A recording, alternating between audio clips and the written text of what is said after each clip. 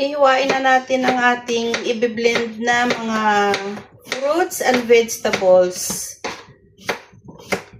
Ayan. Maganda to sa katawan, healthy pa. Ito. Ang cucumber na to maganda to eh. So, ito siya, carrots, cucumber. Ilalagay natin dito sa ating blender.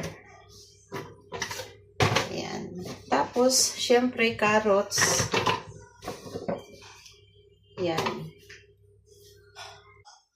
Orange tayo. Hindi maganda ang orange natin ngayon. Hindi siya juicy. Parang dry. Kasi ang hirap ngayon bumili ng mga prutas. Mahal na. Minsan yung iba parang hindi na fresh. Dahil nga walang nakakapasok na mga dito sa amin. Mga bilihin. Tingnan nyo oh. Hindi na siya fresh ba oh. Pero pwede pa naman, nagjo-juice pa naman. Ang ibig ko sabihin, hindi yung parang fresh talaga. So, dalawang tayo ngayon ha. Dalawang blend tayo ngayon at dahil hindi magkasya. Ito siya una, ito pangalawa. Meron tayong tagdadalawa. Tapos meron tayong turmeric syempre at saka lemon. Maganda ang lemon natin kasi juicy siya. Hindi kagaya ng orange na pinili ko na nga yung mabigat. Akala ko juicy talaga. Pero parang dry na siya dahil siguro kailan pa yan. Kasi usually dito sa amin, madaming fresh talaga. So, itong lemon na to, hatiin ko siya sa unang blend. Tapos, itong kalahati sa pangalawang blend. Ayan. At saka, nabalatan na natin ang ating turmeric. Meron tayong luyang puti. Siyempre, di ba? Meron dilaw, merong puti. So, ito yung ginamit natin. Wala na kasi akong luyang puti. Okay na siguro to. Ayan. So, syempre, hiwa-hiwain na lang din natin. Maganda kasi sa katawan to. Pero sabi nila, meron naman akong nababasa sa iba, hindi daw maganda ang turmeric. Siguro sa kanila, depende na lang siguro. Sa akin kasi, iniinom ko talaga yan. Pag hindi ako naka-blend,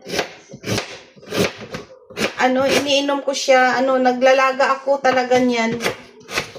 Ayan. So, hatiin natin, syempre. Ayan. Kasi masikip. Pag inubos ko to lahat, masikip siya. Tapos, meron tayong natira kagabi na juice na ininom ng mga anak ko.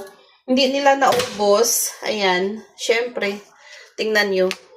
Diba? Naluloko na tayo eh. No added sugar.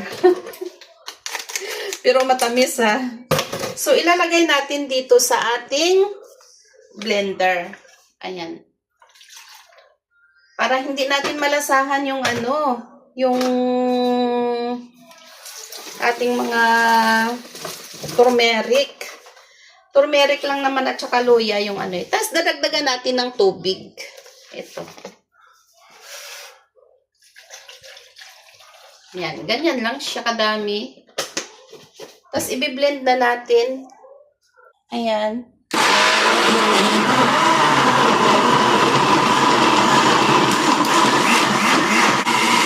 Okay na to. Ito na yung pangalawa, guys. Ayan, ginagawa ko. Dito ko lang siya ini-strain. Ayan, tumutulo siya. Hinahayaan ko lang siyang tumulo ng tumulo. Ayan. Ganyan lang siya, guys. So, ayan, sinalin ko na siya dito. Puno. Ayan. Ito na. May sobra konti. So, ito na yung iinumin natin. So, ito yung sobra niya kasi puno na siya eh, oh. Iinumin natin.